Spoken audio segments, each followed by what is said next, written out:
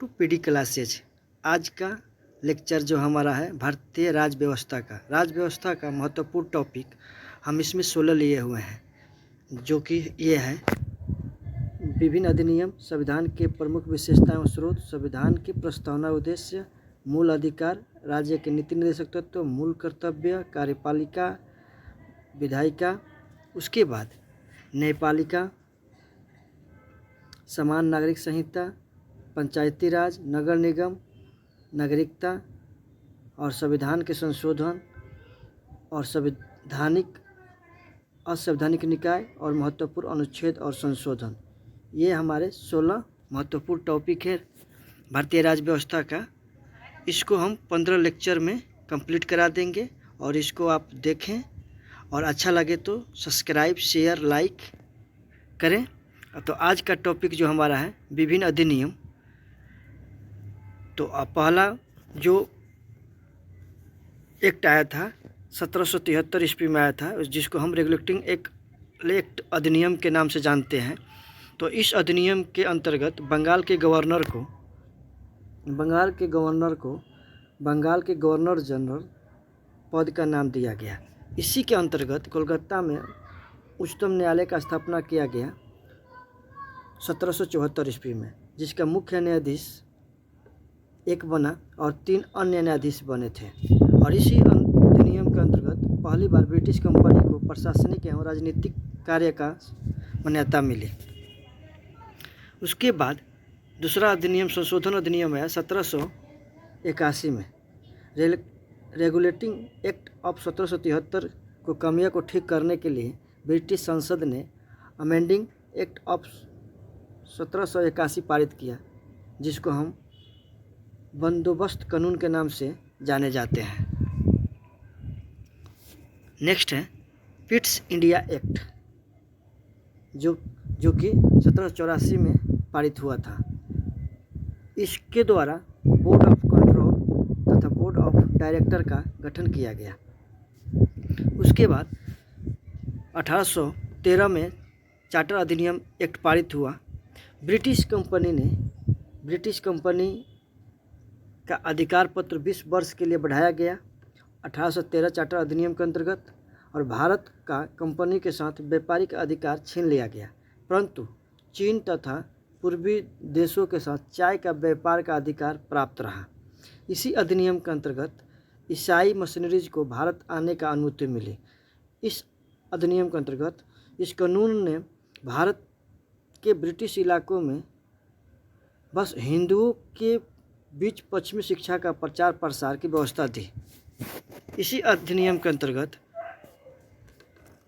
पहली बार भारतीय शिक्षा पर प्रति वर्ष 1 लाख रुपया खर्च करने का उपबंध किया गया। 1833 चार्टर अधिनियम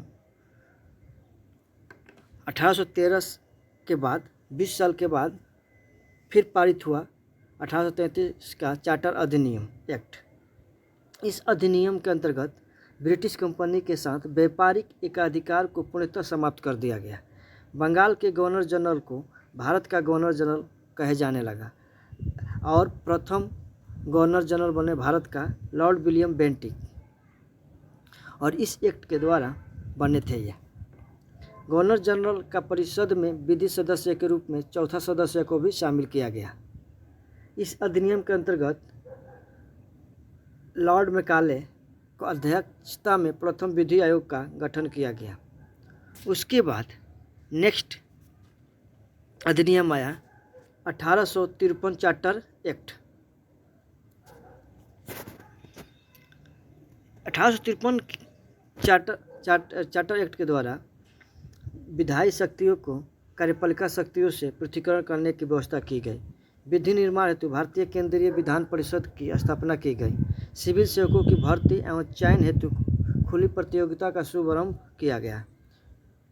1853 के अधिनियम में यह व्यवस्था किया गया है कि सिविल सेवक की भर्ती एवं इसके चयन के लिए ओपन हो गया प्रतियोगिता। उसके बाद 1858 भारत शासन अधिनियम पारित हुआ। इसमें भारत से मुगल सम्राट के पद को समाप्त किया गया। 1858 अंतर्गत इसी अधिनियम के अंतर्गत भारत शासन की कंपनी से छीनकर ब्रिटिश क्राउन के हाथों में सौंपा गया। इसके अंतर्गत भारत से बोर्ड ऑफ डायरेक्टर और बोर्ड ऑफ कंट्रोल का पद को भी समाप्त कर दिया गया। 1858 शासन अधिनियम के अंतर्गत भारत सचिव पद का सृजन किया गया। भारत के गवर्नर जनरल का नाम बदलकर वायसराय किया गया। इसे अंतिम नियम के अंतर्गत लॉर्ड कैनिंग को भारत के पहले वायसराय एवं अंतिम गवर्नर जनरल हुए। उसके बाद 1861 में भारत परिषद अधिनियम पारित हुआ। इसमें क्या हुआ कि गवर्नर जनरल के पहली बार अध्यादेश जारी करने की शक्ति दी गई।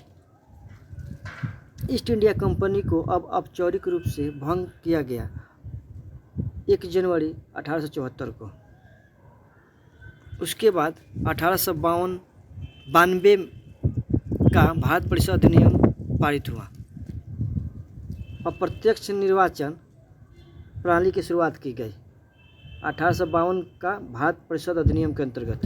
इसके अंतर्गत बजट पर बहस करने तथा कार्य करने से प्रश्न पूछने का शक्ति दी गई। निर्वाचन पद्धति का आरंभ किया गया। इस अधिनियम के महत्वपूर्ण विशेषता थी। उसके बाद 1909 में भारत परिषद अधिनियम पारित हुआ, जिसमें मुस्लिम समुदाय के लिए पृथक प्रतिनिधित्व का उपबंध किया गया। इस अधिनियम को मर्ले मिंटो सुधार अधिनियम भी कहा जाता है। लॉर्ड मिंटो को सांप्रदायिक निर्वाचन का जनक कहा जाता है। इस अधिनियम के अंतर्गत सत्येंद्र नाथ प्रसाद सिन्हा वायसराय के कार्यपालिका परिषद के पहले भारतीय सदस्य बने।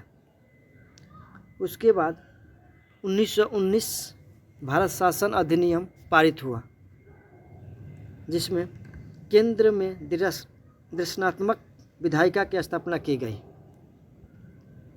उसके बाद लोक सेवा आयोग का गठन का प्रावधान किया गया। इसी अधिनियम के अंतर्गत सांप्रदायिक आधार पर सिख, एंग्लो भारतीय, ईसाई यूरोपियों के लिए भी निर्वाचन सिद्धांत का स्वीकार किया गया। इस अधिनियम के अंतर्गत पहली बार केंद्रीय बजट को राज्य के बजट से अलग किया गया। इस अधिनियम के अंतर्गत एक वैधानिक आयोग का गठन किया गया। इस अधिनियम को मॉन्टेग्यू चेम्सफोर्ड सुधार के नाम से भी जाना जाता है। इस अधिनियम के तहत प्रतिद्वंद्वी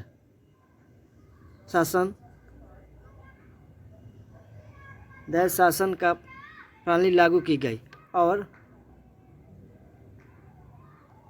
प्रांतीय विषयों को 2 भागों में आरक्षित और हस्तांतरित में बांटा गया।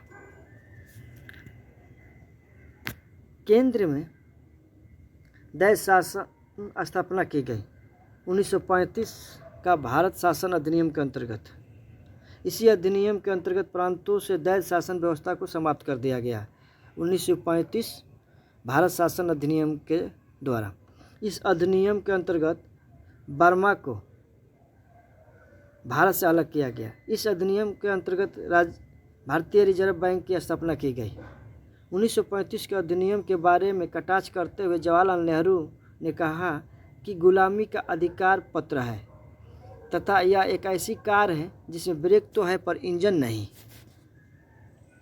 आगे देखते हैं। इस अधिनियम के तहत 1937 में संघीय न्यायालय का स्थापना की गई। इसी अधिनियम द्वारा बर्मा ब्रिटिश भारत से अलग कर दिया गया तथा 2 नए प्रांत बनाया, सिंध और उड़ीसा का निर्माण। सिंध और उड़ीसा का निर्माण हुआ और इसी के तहत प्रांत में दर्शनात्मक व्यवस्था की गई।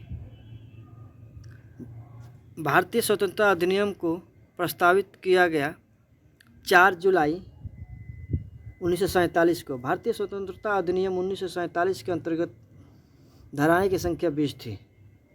15 अगस्त 1947 को भारत को स्वतंत्र एवं संप्रभु राष्ट्र घोषित किया गया। इसी अधिनियम के तहत वाइसराय का पद को समाप्त कर दोनों डोमिनियन राज्यों में गवर्नर जनरल पद का सृजित किया गया और इसके अंतर्गत शाही उपाधि से भारत के सम्राट सब समाप्त कर दिया गया। तो ये हैं हमारे कुछ एक्ट अधिनियम हैं, इसको 1 से 2 बार देखें। किसी भी पेपर में अगर इस एक्ट से प्रश्न आता है तो आप इसको आसानी से टैकल कर लीजिएगा। तो आज का सेशन यहीं पर ख़त्म करते हैं। अगर आपको यह लेक्चर अच्छा लगा या सेशन अच्छा लगा तो पीडी क्लास को सब्सक्राइब, शेयर एंड लाइक करें। धन्यवाद, शुक्रिया।